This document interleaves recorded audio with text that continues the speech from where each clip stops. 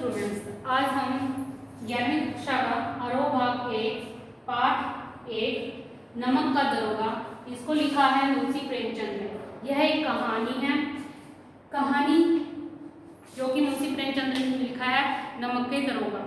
नमक का दरोगा बेटा, इससे पहले मैं आपको एक बात बता दूं, आप ध्यान से सुन ले। ये सार है, इस सार के सारे क्वेश्चन आंसर जो है, ये इस लेसन के सारे क्वेश्चन आंसर आप जो करते हो वो इसी सार में से आ जाएंगे, इसलिए आप इस वीडियो को ध्यान से देखिए। अब स्टार्ट कर रही हूँ बेटा। जो ये नमक का दरोगा है, ये कहानी है मुंशी प्रेमचंद की। इन्होंने धन के ऊपर धर्म की जीत के बारे में बताया है। धन के ऊपर धर्म की जीत। आपको पता है कि आजकल भ्रष्टाचार है, रिश्वतखोरी है, तो वही बता रखा है। धन का जो प्रतिनिधित्व कर रहा है वो कर रहा है करोड़पति, जो कि जमींदार है, और ये कर रहा है धन का प्रतिनिधित्व। और जो वंशीधर है वो धर्म का प्रतिनिधित्व कर रहा है, लेकिन वो बेरोजगार है। सिर्फ इन दो पात्रों के चारों ओर ये कहानी घूम रही है। वैसे तो और भी पात्र आ रहे हैं इसमें, जैसे कि वकील आ रहा है, वंशीधर के पिता मुंशी जी आ रहे हैं, इसकी माता जी आ रही है, इसकी पत्नी आ रही है, और आस पड़ोस के लोग भी आ रहे हैं। लेकिन मेन इन दोनों के ऊपर ये चारों कहानी घूम रही है। बेटा मैं स्टार्ट कर रही हूँ, ध्यान से सुनो। जो वंशीधर है, सबसे पहले वो एक बेरोजगार इंसान है, बेरोजगार आदमी है। उसके पिताजी है वो मुंशी है, उन्होंने बहुत सारा कर्जा ले रखा होता है, जिसके कारण वो परेशान है। वो अपने बेटे को कहता है कि तू ऐसी नौकरी ढूंढ जो जिसमें कमाई तो चाहे बेशक से थोड़ी हो, यानी उसकी सैलरी हो वो चाहे थोड़ी हो, लेकिन उसमें से रिश्वत ले सके, यानी रिश्वत का जुगाड़ बहुत अच्छी तरह से हो सके, मोटी रिश्वत मिले, जिससे उसके घर का जो कर्जा है वो उतर सके और जो उसका घर है वो आसानी से चल सके। तो उसके पिताजी उसको ये सलाह देते हैं। लेकिन जो अपना वंशीधर है, सेकंड पार्ट वाला पात्र, वो एक ईमानदार होता है, स्वाभिमानी होता है, और क्या करता है, मतलब ये कि अपने स्वाभिमान को कभी ठेस नहीं पहुंचाता, अपनी आत्मा पर कोई कलंक नहीं लगाना चाहता, इसलिए वो सुन तो लेता है लेकिन ऐसा कुछ करता नहीं। तो एक बार जो हमारे अंग्रेज है, आपको पता है कि नमक पे कर लग गया था, तो नमक पे कर लगा दिया था, नमक का व्यापार शुरू हो गया था। तो अंग्रेजों ने नमक का व्यापार शुरू किया, तो उनके लिए एक अधिकारियों की जरूरत होगी उनको, कि हाँ जो नमक पर चोरी चारी ना कर सके, उस पर कंट्रोल कर सके, उसको बेच के हमें बता सके, ठीक है। तो उसको कहते हैं नमक का दरोगा, यानी उस नमक के ऊपर एक दरोगा रख दिया जो उसकी देखभाल कर सके, यानी उसको जांच पड़ताल कर सके, कोई उसको संभाल सके। तो उन्होंने नमक का दरोगा रखने के लिए इश्तिहार दिया। तो वंशीधर एक बेरोजगार था, वो भी चला गया। लेकिन नमक के दरोगा के पद को पाने के लिए वकीलों की लाइन लग गई। जो हमारे ये तहसीलदार हैं, पटवारी हैं, कितने पैसे कमाते हैं, जो अमीर से अमीर लोग थे, इस पद के लिए लाइन बनाकर खड़े हो गए। वो चाहते थे कि ये पद हमें मिले, क्यों? क्योंकि इसमें कमाई बहुत ज़्यादा होती थी, तो वो ये चाहते थे कि ये पद हमें मिले। लेकिन जब वंशीधर था वो बेरोजगार था, ईमानदार था, वो भी इंटरव्यू देने के लिए चला गया, और जब वो घर आया तो उसे पता चला कि मैं इस पद के लिए नियुक्त हो गया हूँ, अंग्रेजी अफसरों ने मुझे नियुक्त कर दिया है। यह सोचकर वो बहुत खुश हुआ।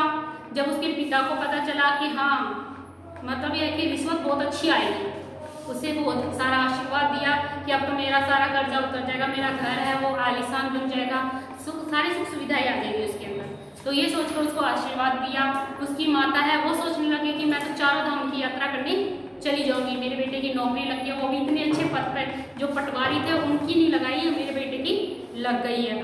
तो उसकी बीवी थी, वो भी सोचने लगी कि अब तो मेरे को सारी सुख सुविधाएं मिलने लग जाएंगी। तो सारे के सारे ये ख्याल बनाने स्टार्ट कर चुके थे उसके घर वाले, और जो पड़ोसी थे वो जलने लग गए थे, क्योंकि वंशीधर की बहुत अच्छी नौकरी लग गई थी। जो वंशीधर है वो अपना जो काम है वो अच्छी तरह से ईमानदारी से करने लग गया, और जिसके कारण जो ऊपर के अधिकारी थे उसे बहुत पसंद करने लगे, क्योंकि वो अपना काम अच्छी तरह से करने लगा, सारा हिसाब किताब अच्छी तरह से उनको देने लगा, अधिकारियों का उन पर विश्वास होने लग गया। एक बार है कि जो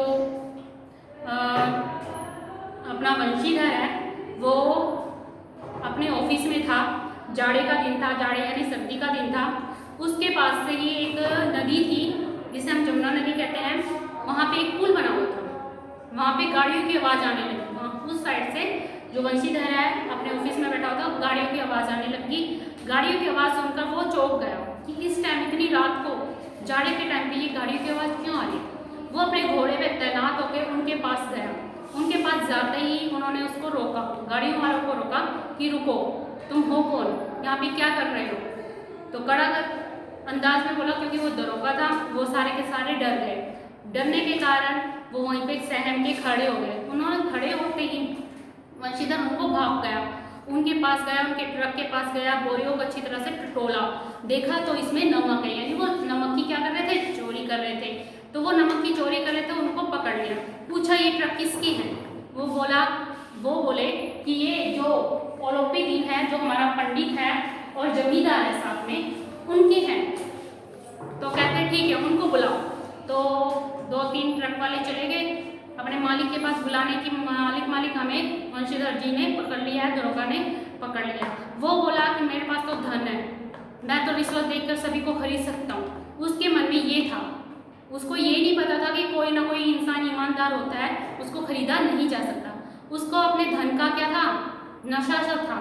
तो वो नशे में सोते जागते अपने बग्गी में बैठ के वंशीधर के पास आया।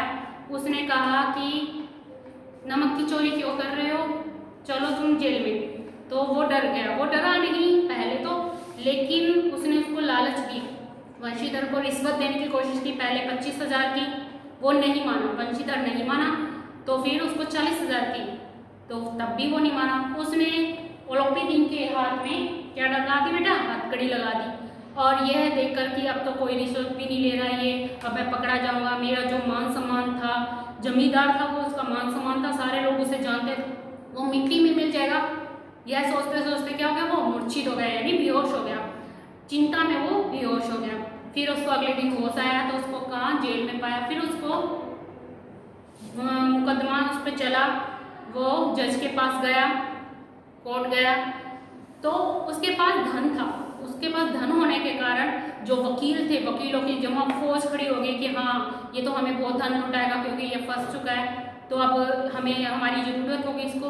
तो वकीलों की फौज हो गई, अच्छा गवाह भी पलटे गए, क्योंकि उसके पास धन था, सारे खरीद लिया उसने, सब कुछ खरीद लिया।